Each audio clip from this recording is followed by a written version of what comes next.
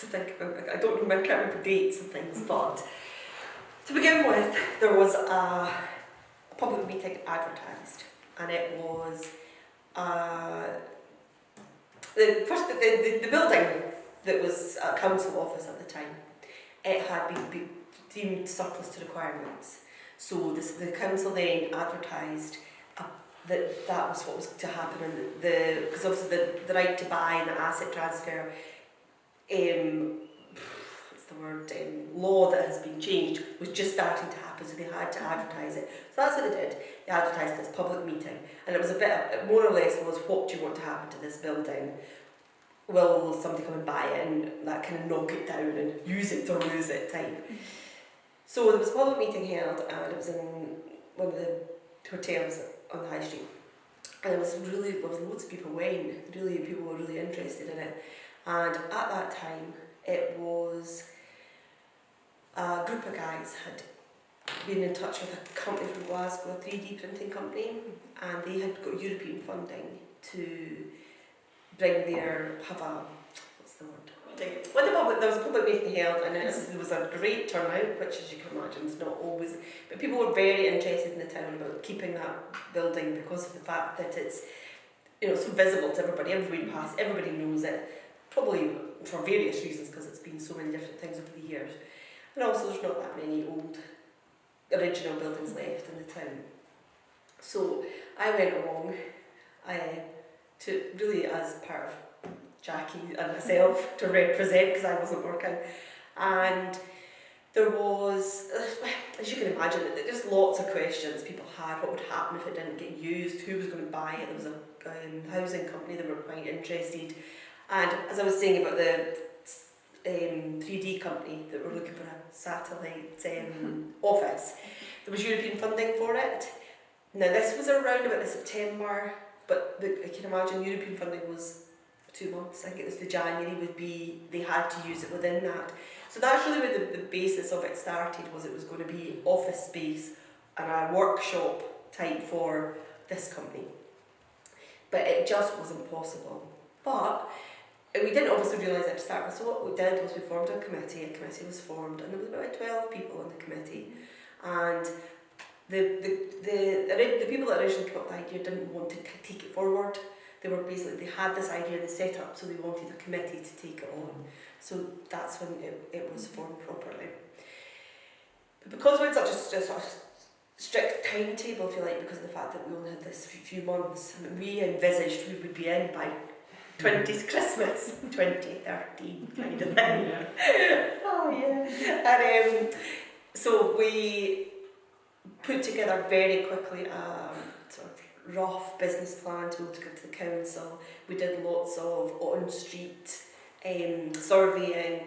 We got sort of signatures of support. 1,000 in 3 weeks we got. So it was large numbers. We did on-street just questionnaires about what would you like in the building. Would you like it to, or what do you want it? There's any point in us doing this kind of thing? So we did all that in about sort of 3 or 4 weeks, and then it was sort of talked about within the committee, would we looking at renting it or just of the council around. It was one of our local councillors actually said, well, really you should be looking at buying it. The community should buy it. And it was a bit of a moment where we all went, well, yeah, I suppose we should buy it. We should buy it because that's the future that we wanted to see for the community. So that's where it went. And it was very quick to start with. So we got a lot of support to take the council to say, well, we're a committee that are, that's not committee that are committed.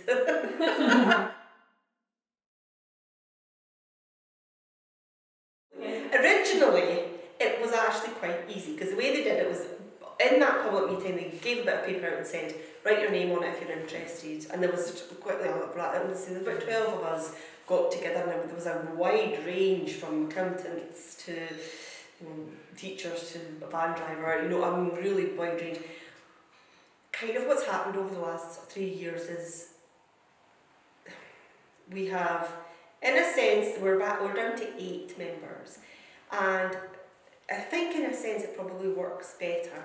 I think there will be sort of 3 or 4 of us that are original members right from the very beginning, But as we've gone along, it's just been a natural picking up of people, if you like. It's not easy. It's not easy to get people sort of from the community to. I think people just don't want to commit. They're very busy. They don't want to commit to something. Whereas, having said that, it actually works with a smaller number. I think if you start to go to a larger committee, there's more. I can't think of the word. But yeah, it's the committee has grown, definitely grown. I mean, from those first few weeks when we thought we'd be in it by by 2013. So we really thought that it would be a short-term project. We would be in it, we'd be painting it. But the committee itself has grown and learnt so much that actually looking, at the whole thing, it needs to take this length of time. It needs to grow like this. We work with a load of other agencies, but we worked with Development Trust Association Scotland to start with as we first sort of grew our committee, or the project, should I say.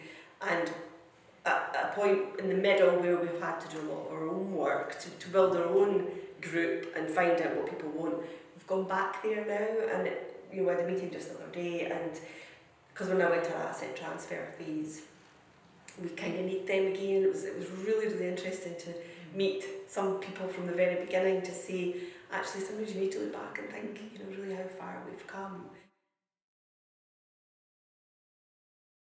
What asset transfer is? Asset transfer is, it's the deal between a community group and the council. Over the last sort of few years, it's changed. There's actually now a law. Is that it's community empowerment. It's now a community empowerment law, because whereas before this it used to be that if a community group was interested, they were given a certain length of time and they could apply to the council to take over a building. Now there is a Community Empowerment Act that means that if a community group are interested in any asset, then they can go ahead and apply to it, but they automatically get their first go at it, if you like. You don't have to apply initially. You approach the council and prove that you can take on that asset, and then it works from there. And if that's at any point, there's a couple of stages you go through, but say you go to stage 2 and it's rejected, your community group has got the backing of the law to say, well, why have we not been approved? And you could go back to the council and back again, but you've got the backing of a law to say that is what you're, rather than depending on which council area you were with. And Dumfries and Galloway Council seem to have really been at the forefront of pushing for this department to be set up. Determination, pig-headedness, and I was going to say fun, but maybe what's another word for it? Something more, let's say, determination, pig-headedness, and